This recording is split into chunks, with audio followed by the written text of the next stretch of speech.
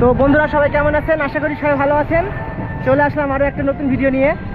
তো বন্ধুরা এখন আমি আছি করিমপুরে, আর করিমপুরে এখন চলে এসেছি আমি আজকে একজনকে দেখতে। সে হলো ক্রিকেটার ইউসুফ পাঠান। আপনারা অনেকেই জানেন যে ইউসুফ পাঠান বহরমপুর বিধানসভা থেকে দাঁড়িয়েছে, মানে ভোটে দাঁড়িয়েছে। তো আজকে তার আসার কথা, এই যে নতুনডাঙ্গা মোড় এইখানেই আসবে। তো আমরা চলে এসেছি দেখতে। তো দেখি ওখানে তো বাজনা বাজছে, দেখি এসছে কি। তো নতুন বন্ধুরা যারা আছেন তারা অবশ্যই চ্যানেলটিকে সাবস্ক্রাইব করে দিন। তো চলুন বন্ধুরা ঘুরে আসি, দেখে আসি।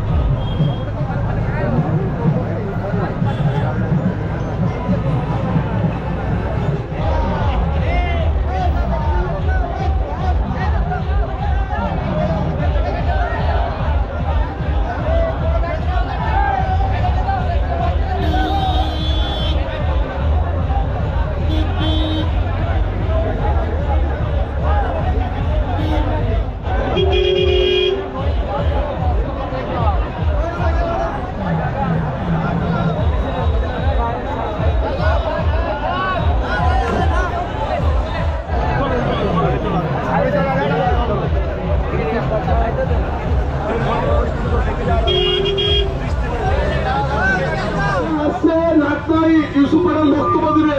চরঙ্গিতে মিটিং হচ্ছে, ইউসুফ পাঠান নাটনা এসে বক্তব্য দিবে। আমাদের এই রোড শো আমাদের পার্টি নিজে করবে, যাবে নাটনা ইউসুফ পাঠান এসে এবং ফিরাজ হাকিম এসে ওখানে বক্তব্য দিবে। ইউসুফ পাঠান ফিরাজ হাকিম এসে নাটনা বক্তব্য দিবে।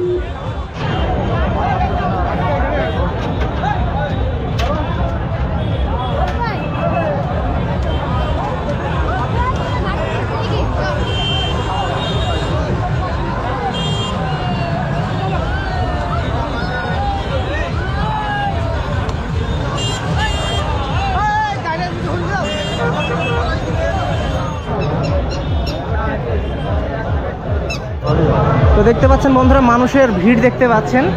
তো অনেক আশা নিয়ে অনেকেই এসেছে এখানে, যে দেখতে পাচ্ছেন মেয়েরাও এসেছে সব ইউসুফ পাঠানকে একবার চোখের দেখা দেখতে। তো যাই হোক এখন এইখান থেকে চলে গেল মিছিল চলে গেল এখান থেকে। তো ইউসুফ পাঠান আসবে অনেক দেরিতে আসবে, নাটনার ওখানে যে একটা মাঠ আছে সেই মাঠে আসবে। তো এখন গরমে সেখানে যাচ্ছি না, কারণ এখান থেকে অনেকটাই দূর। আর ইউসুফ পাঠান মানে যে মঞ্চটা করেছে মঞ্চটা অনেক দূরে, মানুষের এত ভিড়, যাওয়া যাবে না, এখানে এত গরম। তো যাই হোক বন্ধুরা, ভিডিওটা আমি বেশি বড় আর করছি না, ভিডিওটা আমি এখানে শেষ করছি।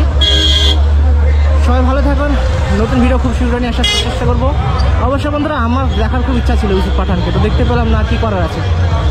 তো সবাই ভালো থাকুন, নতুন ভিডিও খুব শীঘ্রই নিয়ে আসার চেষ্টা করবো।